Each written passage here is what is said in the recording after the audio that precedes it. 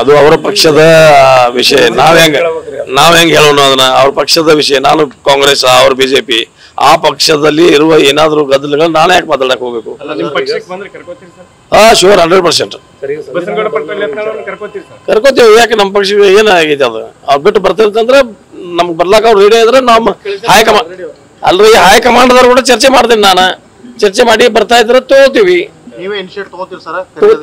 ತಗೋತೀನಿ. ಏನ್ ತೊಂದ್ರೆ ಇದು?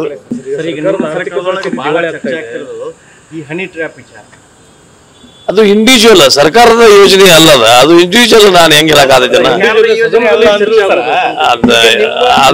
ಅದ್ರ ಬಗ್ಗೆ ನನಗೇನು ಸರಿಯಾದ ಮಾಹಿತಿ ಇಲ್ಲ. ನಾನು ಅದ್ರ ಬಗ್ಗೆ ಹೇಳಿಕೆ ಹೋಗೋದಿಲ್ಲ. ನನಗೇನು ಮಾಹಿತಿ ಇಲ್ಲ. ಅದು ಏನ್ ಅಷ್ಟು ನನಗೇನು ಮಾಹಿತಿ ಇಲ್ಲ. ನಾನು ಹೇಳಕ್ ಬಯಸೋದಲ್ಲ. ಸರ್ಕಾರ ಅಭಿವೃದ್ಧಿ ಪಥದಲ್ಲಿ ನಡೀತಾ ಇದೆ ಅಂತ ಹೇಳ್ತಾ ಇದ್ದಾರೆ. ಸಾರಿಗೆ ಸಂಸ್ಥೆ ನೌಕರರು ವೇತನ ಪರಿಷ್ಕರಣೆ ಮಾಡಕ್ ಆಗಬಹುದು. ಈಗ ಮಾಡ್ತಾ ಇದೀವಿ. ನಾಳೆ ನಮ್ಮ 5ನೇ ತಾರೀಕು 10ನೇ ತಾರೀಕು 5ನೇ ತಾರೀಕು ಐ ಥಿಂಕ್ ಏಪ್ರಿಲ್ 5ನೇ ತಾರೀಕು ನಮ್ಮ ಒಂದು ಸರ್ಕಾರದವರು ನಮ್ಮ ಸಂಕ್ರಾಂತಿ ಆದ ನಂತರ ಮೀಟಿಂಗ್ ಕರಿತೀವಿ ಅಂತ ಹೇಳಿದ್ವಿ. ಅದ್ರ ಕೆಲವು ಕಾರಣಾಂತರಗಳು ಅದು ಕರೀಲಿಕ್ಕೆ ಆಗಲಿಲ್ಲ. ಈಗ ಏಪ್ರಿಲ್ 5ನೇ ತಾರೀಕು ಒಂದು ಸಭೆಯನ್ನು ಕರೆದು ಅದು ಇತ್ಯರ್ಥ ಮಾಡ್ತೀವಿ.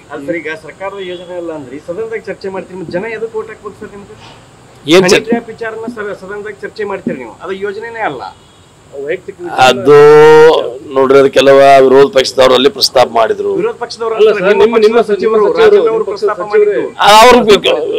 ಇವ್ರು ಕೇಳಿದಕ್ಕಾಗಿ ಅದನ್ನ ಪ್ರಸ್ತಾಪ ಮಾಡಿದ್ರೆ ಉತ್ತರ ಕೊಡ್ಬೇಕಲ್ಲ. ಅವ್ರ ಹೆಸರು ತಗೊಂಡ್ರು, ರಾಜನ್ ಅವ್ರ ಹೆಸರು ಯಾರು ತಗೊಂಡ್ರು? ಮಾಡಿದ್ರು. ಅದು ತಗೊಂಡ್ಬೇಕು. ಅದನ್ನ ಸುಮ್ಮನೆ ಕೂತಿದ್ರೆ ಅದು ಪ್ರೂಫ್ ಅಂತ ಮಾಡ್ತಿದ್ರು. ಅದಕ್ಕೊಂದು ಏನಾದ್ರು ಸರಿಯಾದ ಉತ್ತರ ಕೊಡ್ಬೇಕಾಯ್ತದ. ಅವರು ಉತ್ತರವನ್ನು ಕೊಟ್ಟಿದ್ದಾರೆ ಹೊರತು ಅದನ್ನೇನಲ್ಲಿ ಸದನದಾಗ ಚರ್ಚೆ ಮಾಡುವಂತದ್ದು ವಿಷಯ ಅದೇನು ಅಜೆಂಡಾದಾಗಿತ್ತ? ಅದೇನು ನಮ್ಮ ಅಜೆಂಡಾದಾಗಿತ್ತ? ಅದನ್ನ ಸ್ಪೀಕರ್ ಚರ್ಚೆಗೆ ಅವಕಾಶ ಕೊಟ್ರ? ಅವನು ಬಜೆಟ್ ಮೇಲೆ ಮತ್ತು ಮಾತಾಡ್ತಾ ಈ ವಿಷಯನ ಪ್ರಸ್ತಾಪ ಮಾಡ್ರಿ. ಅವ್ರು ರಾಜನ್ ಅವ್ರ ಹೆಸರು ತಗೊಂಡಾಗ ಅವ್ರು ಅದಕ್ಕೆ ನನ್ನ ಹೆಸರು ಸದನದಾಗ ತಗೊಂಡ್ ಬಳಕ ನಾನು ಅದಕ್ಕೆ ಉತ್ತರ ಕೊಡದೆ ಹೋಗಿದ್ರೆ ನಾನು ತಪ್ಪಸ್ತಳಿ ಸಿದ್ಧ ಆಗತೈತಿ. ಅದಕ್ಕಾಗಿ ಅದನ್ನ ಮಾತಾಡಿದ್ರೆ ಅದಕ್ಕೇನು ಬಹಳ ನೀವು ಚರ್ಚೆಗೆ ಕೊಡ್ಬೇಡ್ರಿ.